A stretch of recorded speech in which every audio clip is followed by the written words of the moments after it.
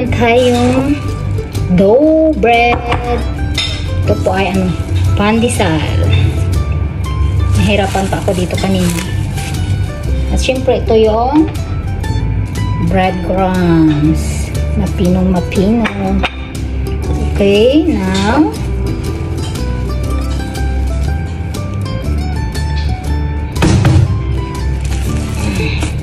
ito siya. Tayo ng ganito ka. Ay, wait. Lagyan natin ng cheese yung pandesal natin. Kasi yung cheese na ito is from pinili ko to sa Lucky Plaza. Okay? Masarap ito.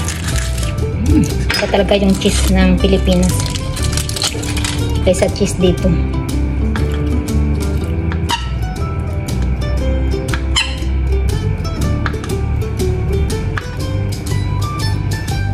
Pandesal. Ito ang side na to is cheese.